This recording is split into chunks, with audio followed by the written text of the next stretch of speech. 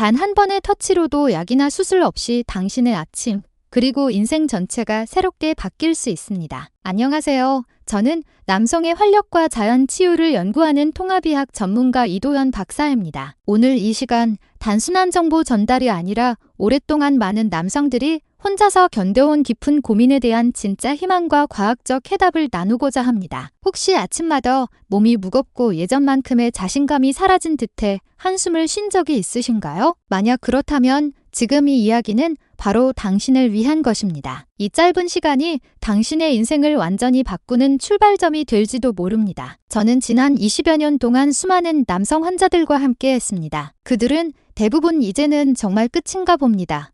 라며 깊은 체념 속에 제 진료실 문을 열었습니다. 하지만 제가 알려드릴 이 간단한 방법을 꾸준히 실천한 후 그들의 얼굴에는 다시 웃음이 피어났습니다. 박사님, 아침이 달라졌어요. 아내와의 관계도 회복되고 삶이 따뜻해졌습니다. 그들의 말은 단순한 감사가 아니라 다시 살아난 생의 온기 그 자체였습니다. 이것은 결코 마법이 아닙니다. 우리 몸이 본래 지닌 자가 회복력을 과학적 원리로 깨우는 과정일 뿐입니다. 오늘 제가 말씀드릴 내용은 값비싼 약도 고통스러운 수술도 아닙니다. 당신의 손끝에서 시작되는 안전하고 강력한 방법입니다. 이 방법은 수천 년간 이어져 온 동양의 지혜이자 현대 해부학과 신경학으로도 원리가 명확히 입증된 과학입니다. 본격적으로 시작하기 전에 단 한 가지 부탁을 드리고 싶습니다. 오늘 배운 내용을 머리로만 이해하지 말고 오늘 밤부터 직접 실천해 보시겠다는 약속을 해주세요. 그 작은 행동이 당신의 꺼져가던 불씨를 다시 활활 타오르게 만드는 위대한 시작이 될 것입니다. 왜 남성의 활력은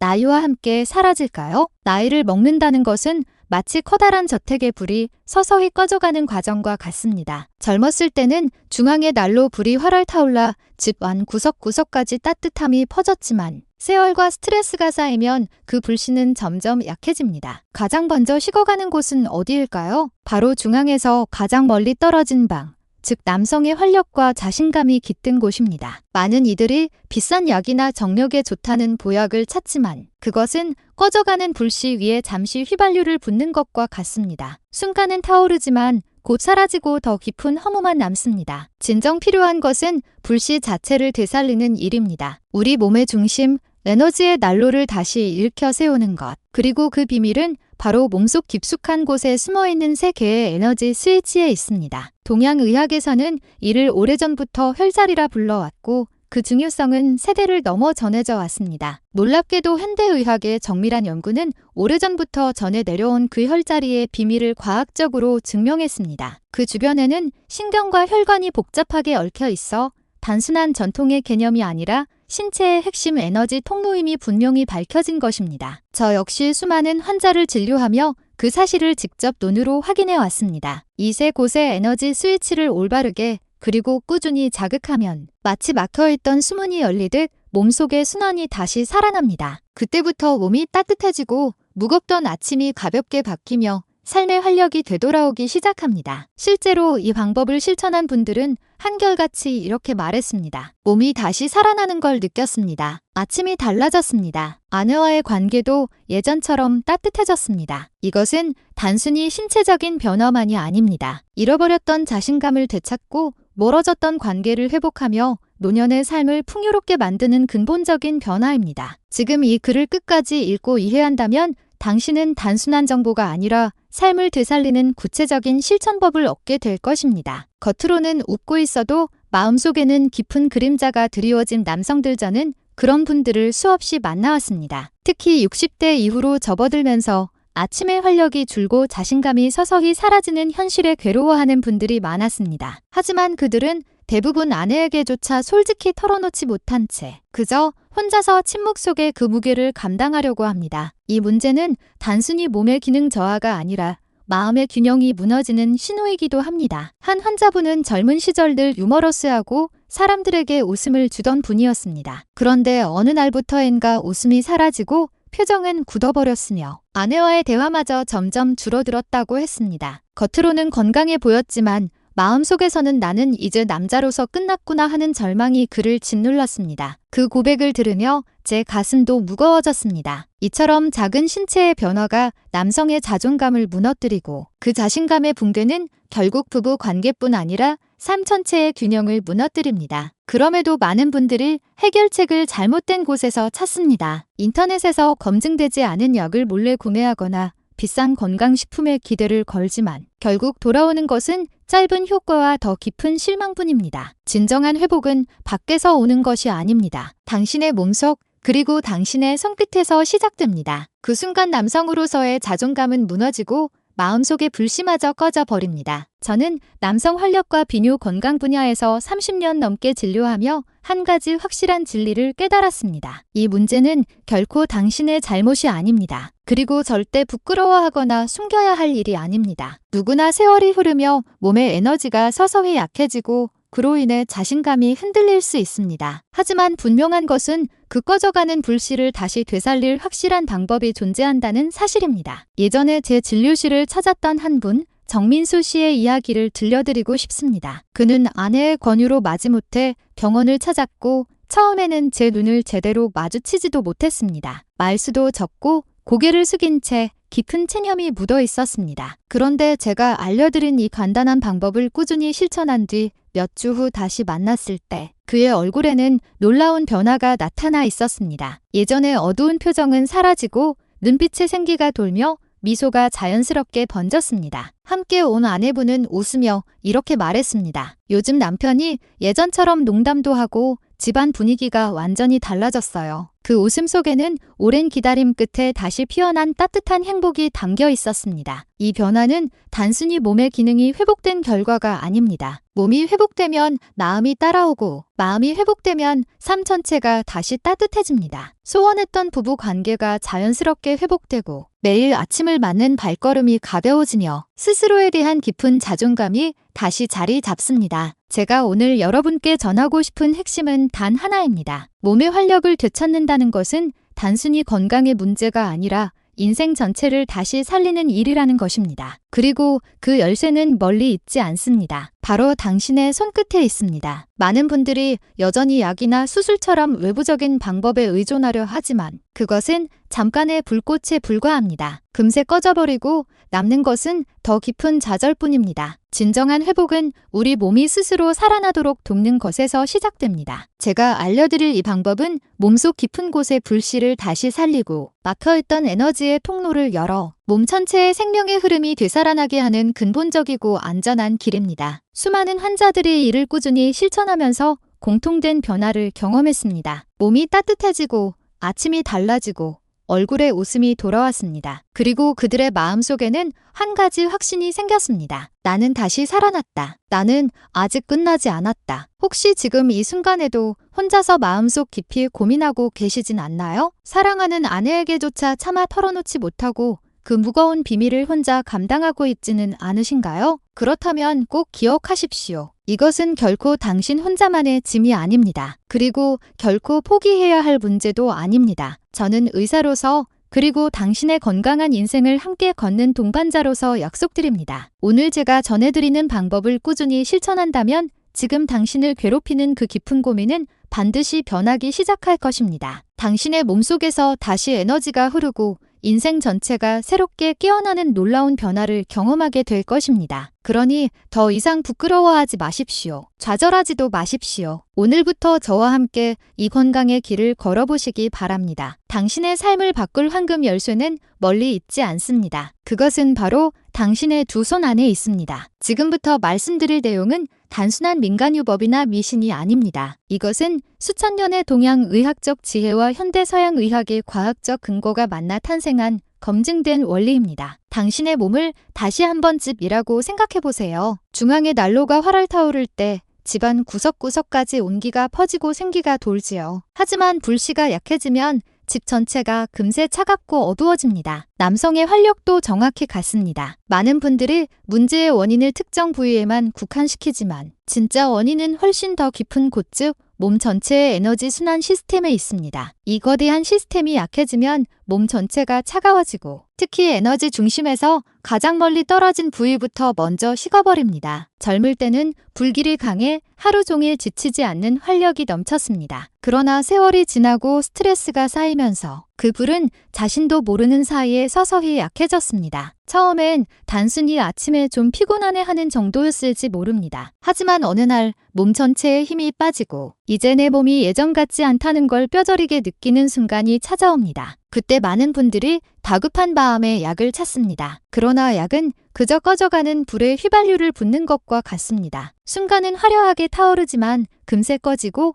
남는 건 공허한 뿐입니다. 제가 강조하고 또 강조드리고 싶은 것은 단 하나입니다. 불씨 자체를 다시 살려야 한다는 것, 즉 몸속 깊은 곳에 근본 에너지 스위치를 다시 켜야 한다는 것입니다. 이 원리는 사실 수천 년 전부터 동양의학에서 전해 내려온 핵심 개념입니다. 우리 몸에는 기와 혈혈이 흐르는 특별한 길, 경락이 있습니다. 그리고 그 위에 위치한 혈자리 혈가 에너지의 관문 역할을 합니다. 이 혈자리를 올바른 방식으로 자극하면 막혀있던 통로가 열리고 몸속 불길이 다시 살아난다고 보았습니다. 놀라운 사실은 현대의학의 해부학 연구에서도 이미 오래전 동양의학이 말해온 진리를 과학적으로 증명하고 있다는 점입니다. 주요 혈자리 주변을 정밀하게 관찰해보면 신경과 혈관 다발이 밀집되어 있으며 우리 몸의 핵심 에너지 회로가 그 근처를 따라 흐른다는 것이 밝혀졌습니다. 예를 들어 곧 배어볼 배꼽 아래의 단전혈은 골반 내부 장기로 이어지는 중요한 신경망과 맞닿아 있습니다. 이 부위를 부드럽게 자극하면